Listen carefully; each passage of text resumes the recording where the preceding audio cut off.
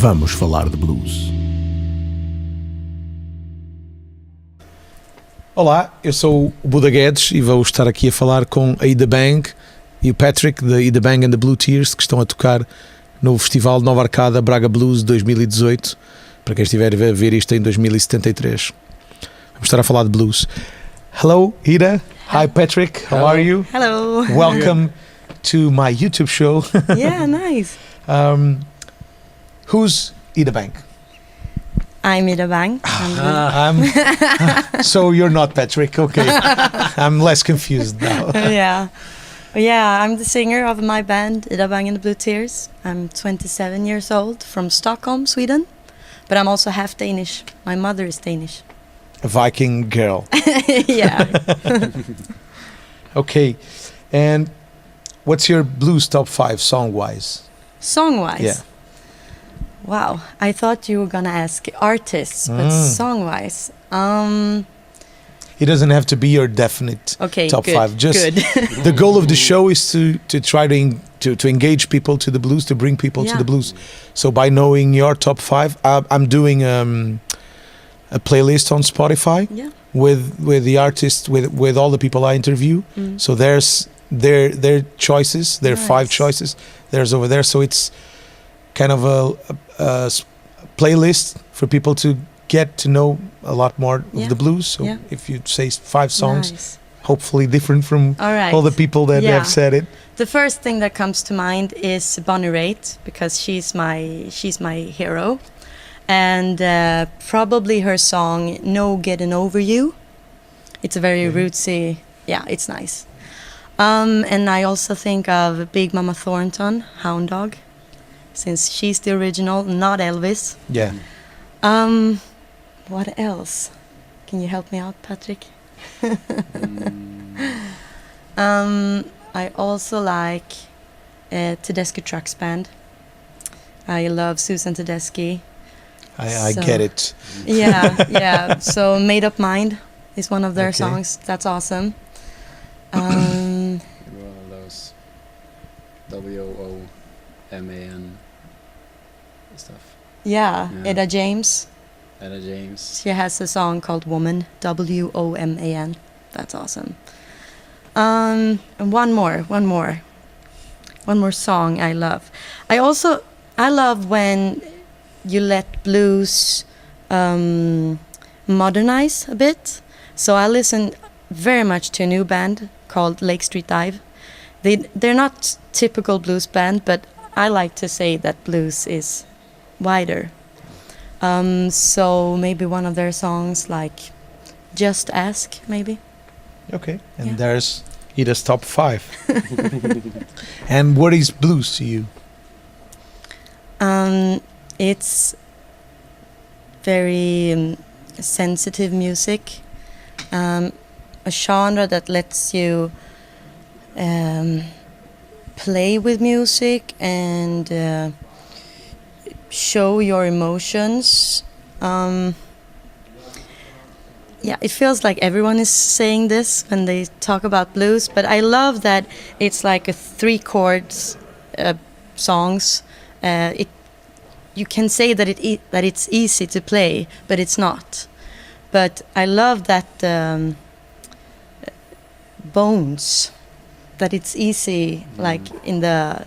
That is limited. Yeah, because then you can play with it, and it's a constant search for the right note, the perfect note. Yeah. Only one, but it has to be perfect. Right? Yeah. Hendrix said that blues is very easy to play, but very difficult to feel.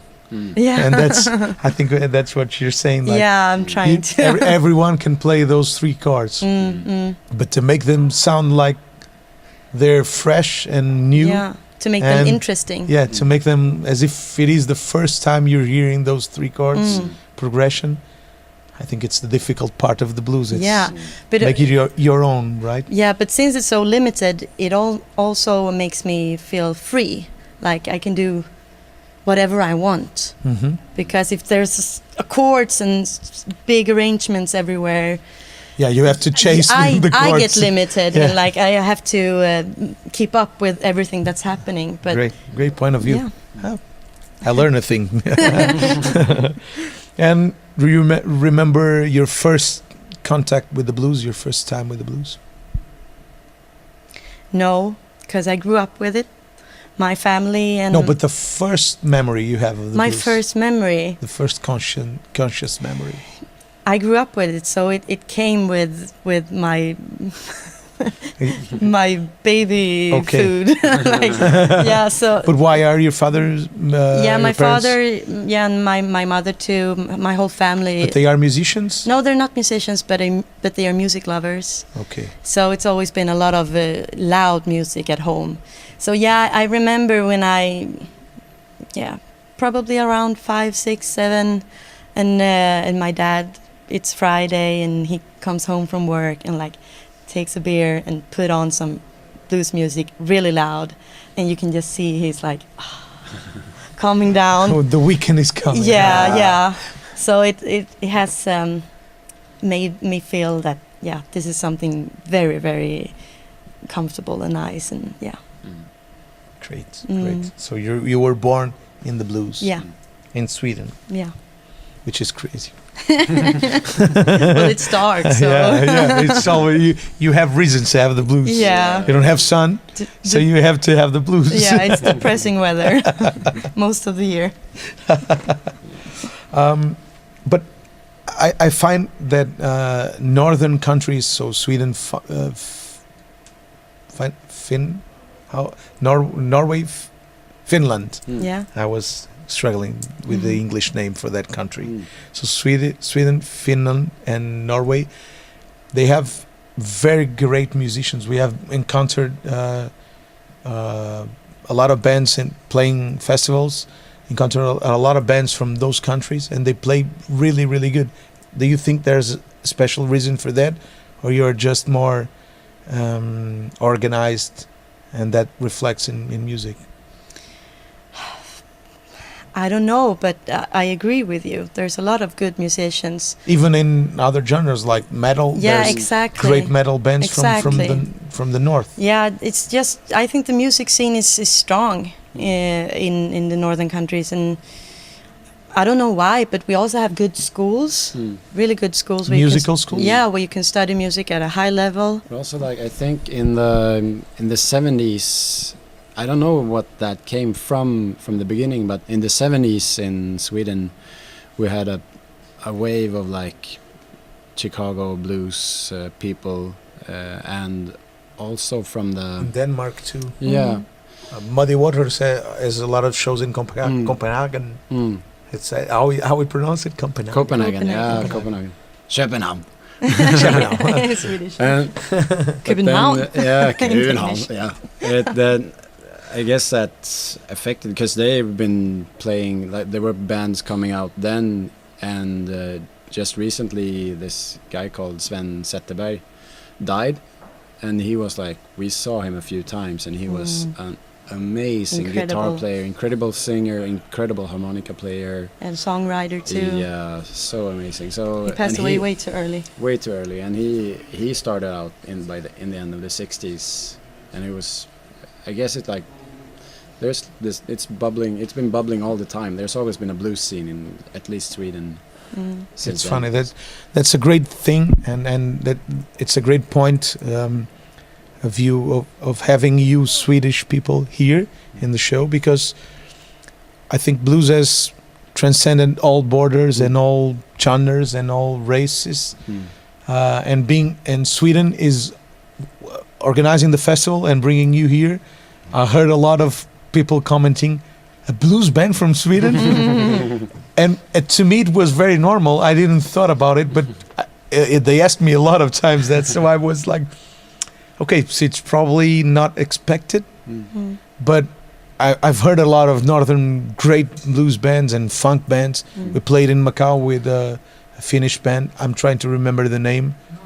Northern Governors, and they were like mind-blowing. It was like incredible playing. Nice. And usually in the south we see northern countries as cold feeling and like very rational music, like very mindset. But I don't feel it in your music, neither in the Northern Governors and neither in Eric Slimzal, who won the EBC. Which is funny because now it's common sense to me, but I notice here people are very surprised for you being Swedish. Yeah. So I hope the viewers at least get this myth solved, because it's not true. You have a lot of soul. You sing like if you have born in the 70s, although you have born in probably in the 80s or 90s.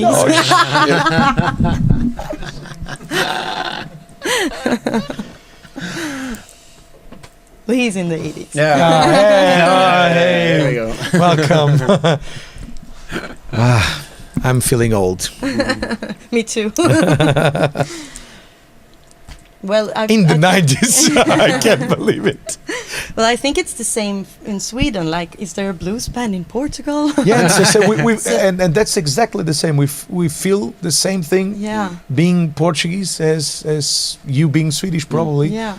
But you have a lot more festivals. So in Portugal, the blues scene is starting to grow. We always have had a great jazz scene, but presents, gifts I are hear coming. that sound. And Yeah, I like it's it. a great tone. Let's record that tone.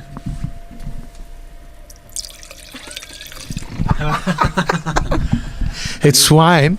É vinho para os amigos da Suécia. Something we have in common. Yeah. Yeah, the love for drinking. Yes. It's a religion. But I was saying we had a big jazz scene in Portugal. We had huge jazz festivals, but blues was never a thing. And I don't even know how I became to play blues, but it just happened. Okay. And it is now fortunately growing, and this is a festival we're creating to make an effort to the blues. Well, a huge side talk about it, but it's important to have it here with you. What we've seen this far, it's been amazing. Yeah. And I Oh, mean, this venue is incredible. Yeah. We're so much looking forward to play. It's one of the best festivals we've ever been to. Oh, thank you so Yeah, much. Yeah. definitely. Great. We're very honored, and it is made from musicians to musicians, so and to music lovers. It's not made in a perspective of business. It's not a business model. It's made for music and to bring talented people to play here. And you're, of course, one of. I'm a fan, so I've already told you that. Chin chin. Ooh. So a Portuguese gift by Marinho. We have to insert a Marinho picture in this interview. Marinho, anda aí, aparece aí, diz olá. O meu amigo Marinho. Wine guy. Thank you. Thank you. A do-it-all guy. So, cheers. Cheers. Skål, right? Skål. Skål. Skål. Skål. Skål. Skål. Skål. Okay. Excellent. Okay. I don't think my parents will like this. No, Me drinking. don't show it. Say you never did it. Which is your bluesman or woman, the favorite one, the favorite bluesman? Bonnie Rait, Susan Tedeschi, Mavis Staples, Etta James, Coco Tyler. And if you had to choose Coco one, Taylor. Choose one, Bonnie Rait, definitely. Bonnie Rait, okay. Yeah. It's funny. It's very funny because I don't hear Bonnie Rait on your vocal. You don't? No, I hear Susan Tedeschi, Yeah. for sure, Yeah. and Janis Joplin. Ah, nice. It's funny you didn't mention her, but it's just what I hear. Of course, I love Janis Joplin too. Of course, but Susan Tedeschi is very Janis Joplin too, yeah. and even Bonnie Rait. She has that throaty, aggressive singing, Raspy voice. and she's kind of in between the blues and the country, which I really love too. And Patrick, which is your favorite bluesman? I would probably say Albert King is. There's such the intensity of it. It's hard, but then There's yeah. and I don't think I've ever interviewed a bass player, so I will get this opportunity to ask you. It's bass and drums are almost never talked about in blues. Everyone plays guitar, sings, or are at the very most saxophone, but usually it's piano, guitar, vocal, and harmonica. It's the blues instruments. But there are the drums and bass are the foundation of the blues. So what took you to play the blues? Actually, from the beginning, it's just I got to play in blues bands, and then I've been playing a lot of the blues. I don't, because I started playing blues in different blues bands when I was like 16 or something, and I didn't really grow up on it, but I loved to play it, and I get it for guitar players because you have to solo a lot, so it's funny. It's I'm learning not to solo now, and I'm 40, so I learned with Doug McLeod that thing, like, okay, I don't need to solo. I just need to get a great riff, a great songwriting, and that's it. Because I grew up with Hendrix, so solo everywhere, guitar everywhere, and with Albert King then. But for a bass player, it's not common. Usually bass players like to play funk because the bass line is very pronounced in funk.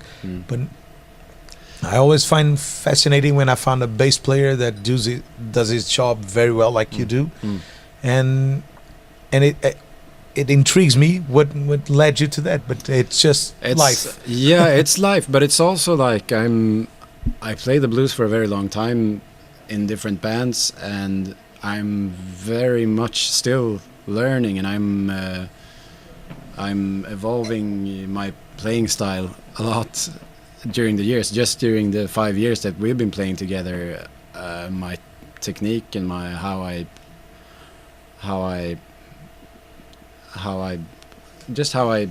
get close to the instrument, it's super different from when we started playing together. Great. So I think I'm also growing in that sense of I have a lot of fun having a great groove installed, like having that shuffle tight with the drums and with the bass. I think playing an instrument like a rhythm guitar or bass or drums in a blues band is a lot more about the groove between the musicians than what you are playing on yourself, right? So it's probably the explanation, because as I told you, the show is directed to people that want to get in the blues, but also hopefully for musicians that already are playing their instrument and are kind of curious about what's the blues, how it is to play the blues. There's a market. Is it fun? So it's kind of a mission to try to bring people to the blues, to play it, to bring more new blood to the blues.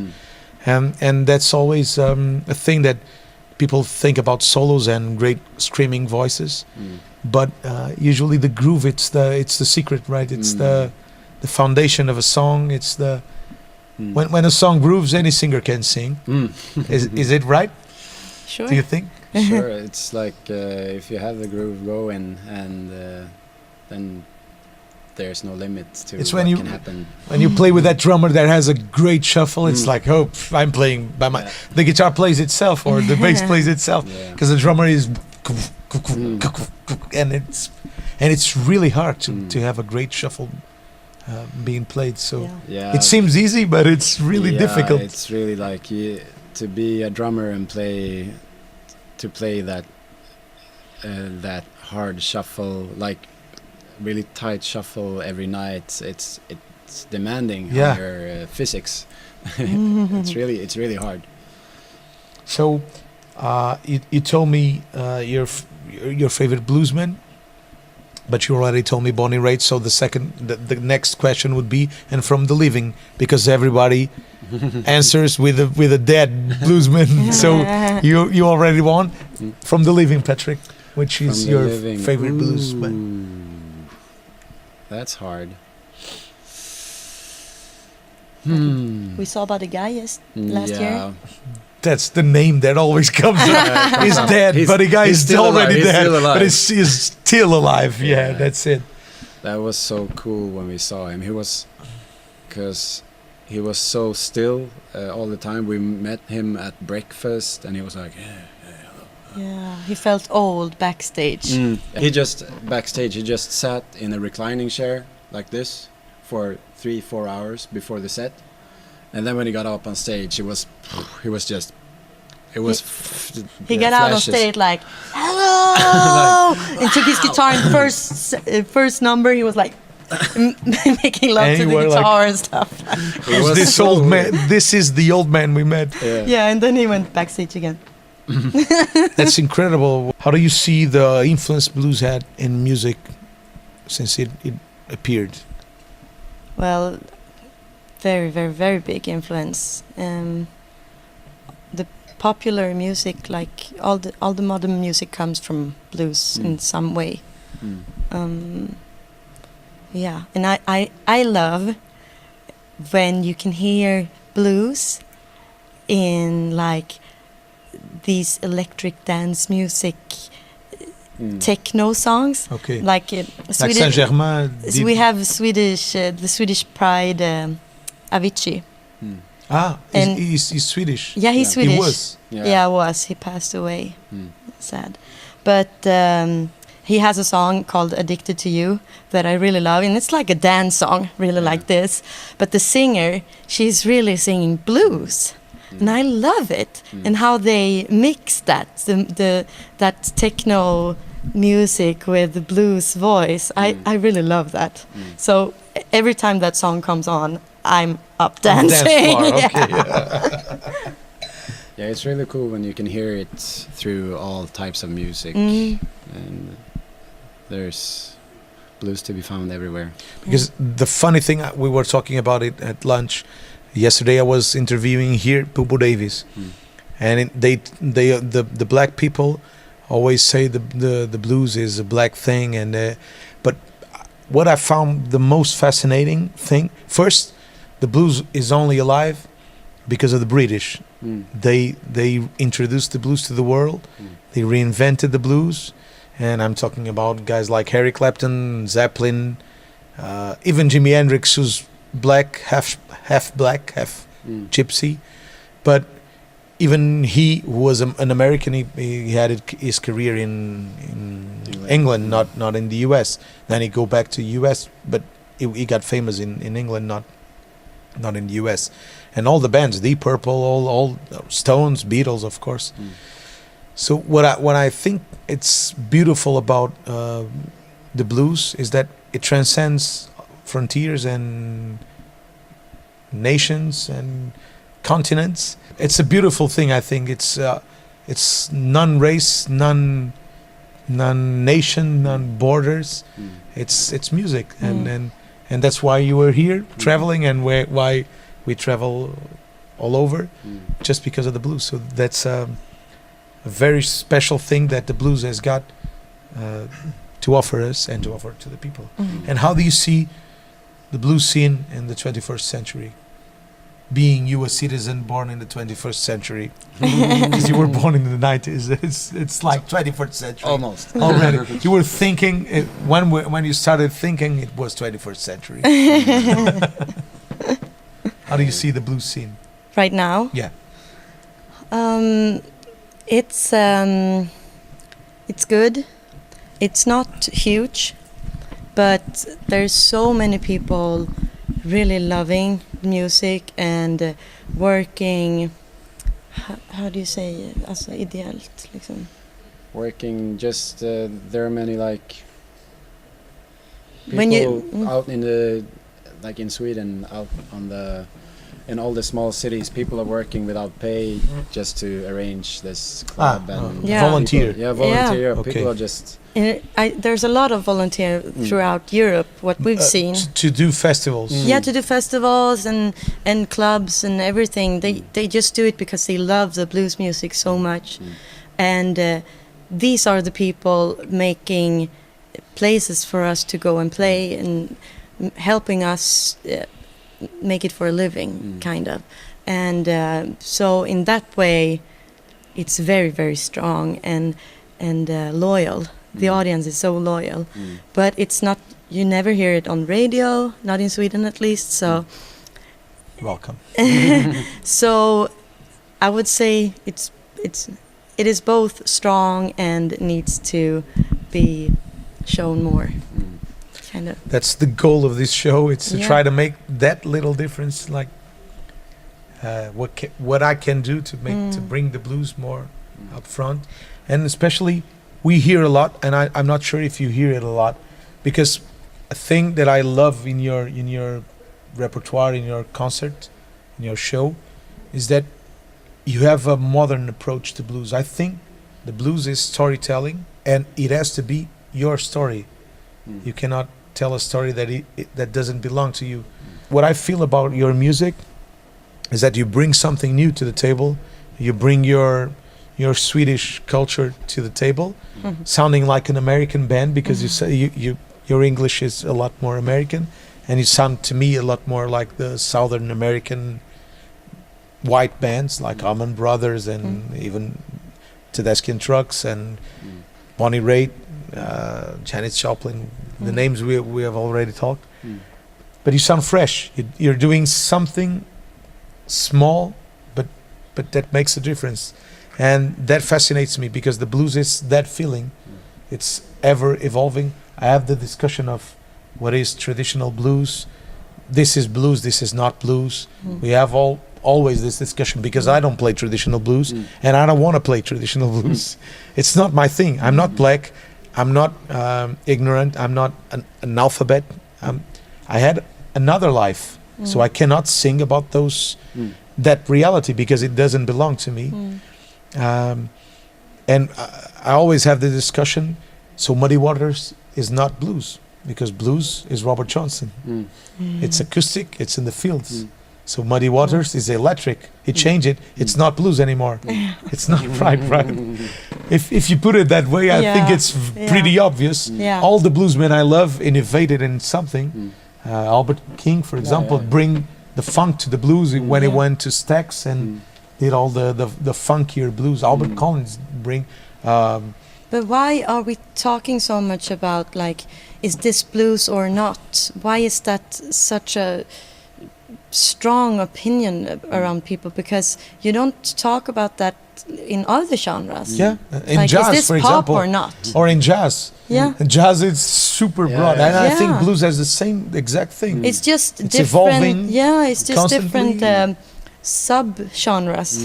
Yeah, it's like in metal, but in metal they have names for it. Like Exactly. 1,000 names. You change the tonality, and now you're in a different genre.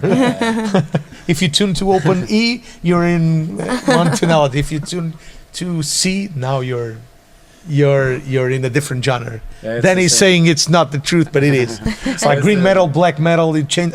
These guys talk about different things in their lyrics, so they are another genre. To me, it's metal. That's it. Like the blues, it's blues, and then it's more shuffle, less shuffle, more funk oriented, more.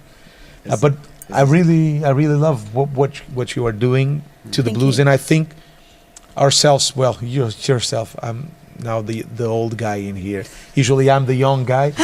Now I'm the old guy. Nah, we're the same age. Yeah, mentally I'm 14. But Okay, I'm 16. I think I'm older than you. yeah, I think we have the mission to bring the blues forward and not backward, and to sing about cell phones, about Facebook, about the things that are around us, pen drives, Spotify. We it doesn't make any sense to say I got a letter this morning. No. Because I don't got letters in the morning. I got it in the afternoon, and they are all bills to pay. Nobody writes me a letter. At least I got an email this morning. But we can't sing, I woke up this morning and then this day was ruined. Yeah. That we still can sing, because it's the same. But it still works. Yeah, that still works. That gimmick still works. But I called you on the telephone. There's no telephone now. I called you on my iPhone or on the cell phone. I sent you a message on WhatsApp. That's how what we're living now. I put up a picture on Instagram. Yeah, and Only didn't got put a 2 like on me. Oh man. I should have used another hashtag. Yeah. Hashtag me, baby. Oh. Well, we can relate at least. Yeah, but I think Maybe we only for a hope. few years. I think we owe it to the blues to make a new blues scene, and that's the reason why we are doing this festival.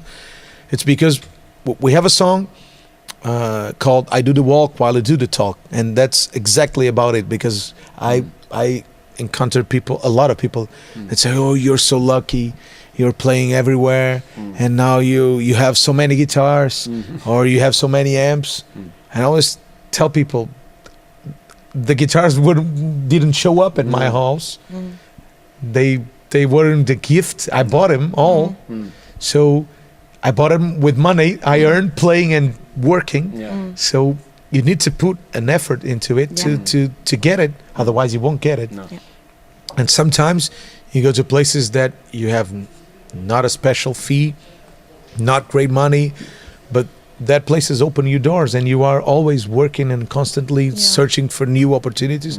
But because we love this thing, it is music and blues, and I think the festival is that idea. Like, we have to do something to change what the status quo. So we have to work, and musicians have to work together, and that's also an appeal to the people that are watching the show. The more work, the better bands there are, the better for everyone, except for the bad bands. So if you have good bands playing in a festival, it's an honor for you to play in that festival. Yeah. If you are the best band in the festival, you are in the wrong festival. Right? That's true. That's true. I want to play in places like Blues Express, for example, that has 60 bands, all incredible. That's a pleasure to play there. I don't want to play in the shitty place where all the bands are terrible and we are the ones that play okay and in tune. So I think that's an effort that and that this is more of a message to the viewers than to you, of course. And wrapping it up, what's your advice to that guy, that musician that wants to play, and what should he do to get better at playing blues? And just practice, study, find some people to play with, and just have fun. When you have fun, you get better. Yeah. That's the best way to get better. That's just having fun. It's easy to practice when you can't put the guitar or bass down. It's easy when you just want to do it all the time. Yeah. It's like, I don't know, I heard this thing about Jimi Hendrix. He brought the guitar, he had it on him all the time. He brought the guitar to the toilet. And it comes easy. If you don't have fun, then maybe it's not for you. But if you have fun and find people who are fun to play with, that you connect with, then just do it as much as you can, and it will come automatically. Maybe not automatically, but you need to work in a few times. Yeah, if you want something, you can get it. Just hard work. And if you play with people that you don't have fun with, find someone else.